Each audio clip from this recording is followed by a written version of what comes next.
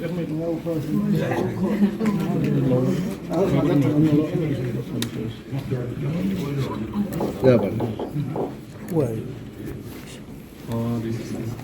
নৰেন্দ্ৰ মোদী চৰকাৰৰ তৃতীয়টো কাৰ্যকালৰ প্ৰথমটো মন কী বাত অনুষ্ঠান আজি সম্পন্ন হৈছে। কেইবাটাও কথা উল্লেখ কৰিছে তেখেতে আজি হয় বা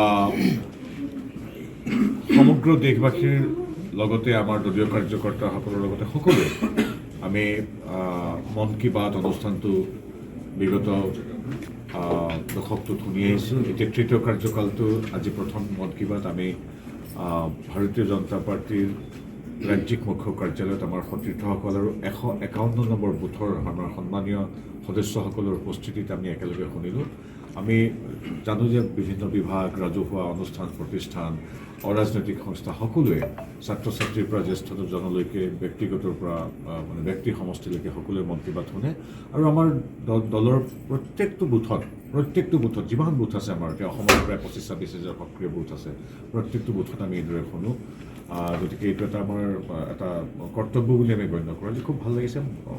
মোদী ডাঙৰীয়াই বহুকেইটা দিশ বিভিন্ন নাৰী সবলীকৰণৰ পৰা আধ্যাত্মিকতালৈকে আমাৰ বিভিন্ন লোক পৰম্পৰা উৎসৱৰ পৰা কৃষিলৈকে সকলোবিলাক দিশ সামৰি বহুখিনি কথাই ক'লে। এইখিনি কথাই মানুহক যথেষ্ট উৎসাহিত কৰে আৰু উজ্জীৱিত কৰে আৰু আগুৱাই যাবলৈ শক্তি দিয়ে। কাৰণ তেখেতে কেৱল আনকি একেবাৰে প্ৰত্যন্ত ভিতৰৰ কোনো গ্ৰামাঞ্চলৰ নাৰী শক্তি বা যিকোনো সংস্থাই কিদৰে ভাল কাম কৰিছে, কেনেধৰণে ওলাই আহিছে, এই কথাবিলাক ইমান প্ৰাঞ্জলভাৱে আমাক উদাহৰণসহ দেখুৱাই এইবিলাকে সকলোকে তেনেধৰণে আগুৱাই যাবলৈ সাহস দিয়ে। গতিকে এই মন কী বাত অনুষ্ঠানটো এটা সাহস আৰু উজ্জীৱনী শক্তি প্ৰদান কৰা এক অনুষ্ঠান বুলি আমি ভাবোঁ আৰু সেইকাৰণে আজি ইমান সফল।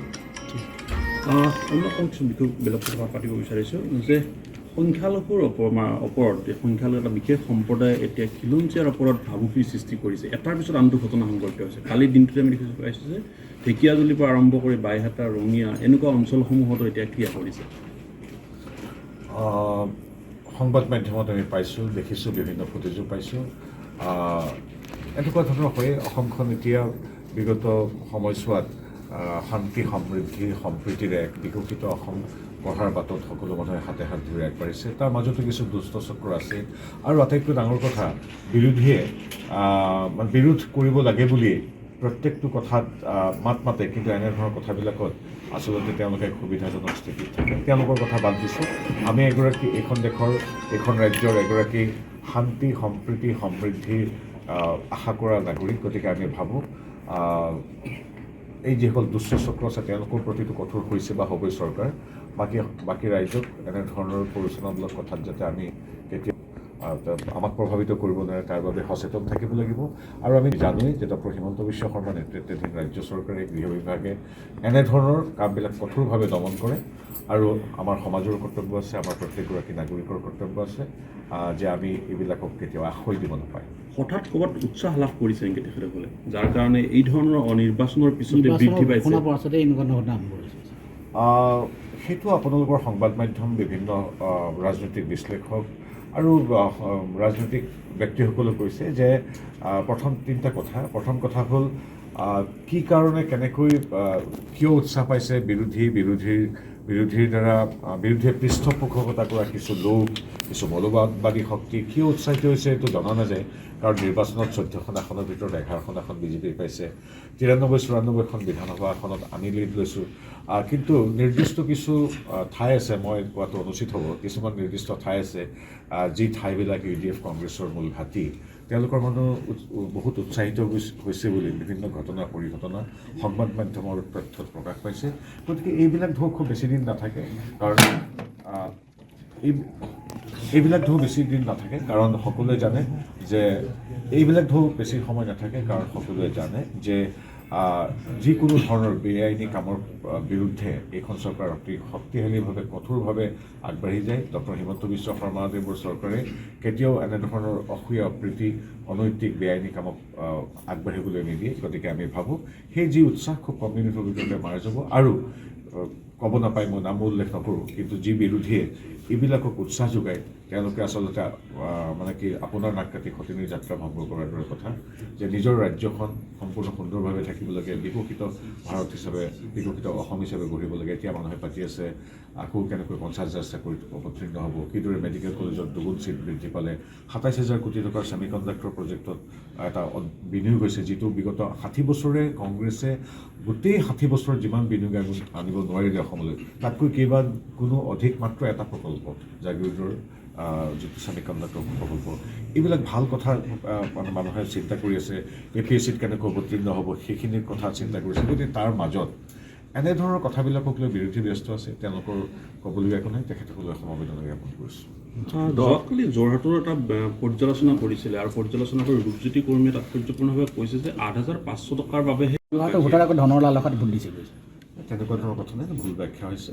কাৰণ যোৰহাট বুলিয়ে নহয়, কি যোৰহাট, কি ডিব্ৰুগড়, কি ধুবুৰী, কি ডিফু, প্ৰত্যেকগৰাকী নাগৰিক, প্ৰত্যেকগৰাকী ব্যক্তিৰ প্ৰতি আমি সদায় অন্তৰত শ্ৰদ্ধা লৈ আগবাঢ়োঁ, কাৰণ জনতাৰ আশীৰ্বাদেই এটা ৰাজনৈতিক শক্তিৰ ইন্ধন। গতিকে তেওঁ কি কৈছে মইতো শুনা নাই, কিন্তু ৰূপজ্যোতি কৰ্মীক মাজে মাজে ভুল ব্যাখ্যা কৰা হয়, কিন্তু মই যিটো শুনাই নাই, মই একো কোৱাটো অনুচিত হ'ব। এটাই কথা যে ভাৰতীয় জনতা পাৰ্টীয়ে জনতাক নৰৰূপী নাৰায়ণ বুলি গণ্য কৰে। গতিকে তাত আৰু ভুল ব্যাখ্যা কোনো কিবা ক'লে আপোনালোকে কিবা এটা সুধি দিলে, পৰিপূৰক প্ৰশ্নত কিবা এটা হ'ল, আচলতে কি কৈছে মানে সেইটো আচলতে মই শুনাও নাই, আৰু কথাটো যিহেতু শুনা নাই, আৰু তেনেধৰণৰ নেতিবাচক কথা যদি কৈছে কোনোবাই, সেইটো যিটো চৰ্চা হোৱাই নাই, মই আকৌ চৰ্চা কৰি পৰিৱেশটো বেয়া কৰিব নাপায়। মানে যিহেতু মই শুনা নাই, গতিকে মই ক'বলৈ অসুবিধা হৈছে। এগৰাকী দায়বদ্ধ জনপ্ৰতিনিধি নহয়, এতিয়া মই যিহেতু শুনাই নাই, এতিয়া আপোনাৰ ভাষ্যৰ ভিত্তিত মই যিকোনো ব্যক্তি, জনপ্ৰতিনিধিয়ে হওক বা এগৰাকী আমাৰ বুথ পৰ্যায়ৰ শ্ৰদ্ধেয় কাৰ্যকৰ্তাই হওক, যিহেতু শুনা নাই, কথাটো মই বিশ্লেষণাত্মকভাৱে কথা কোৱাটো অনুচিত হ'ব, কাৰণ সেইটো আকৌ মোৰ ব্যাখ্যাটোত আকৌ ভুল ব্যাখ্যা হৈ যাবগৈ পাৰে।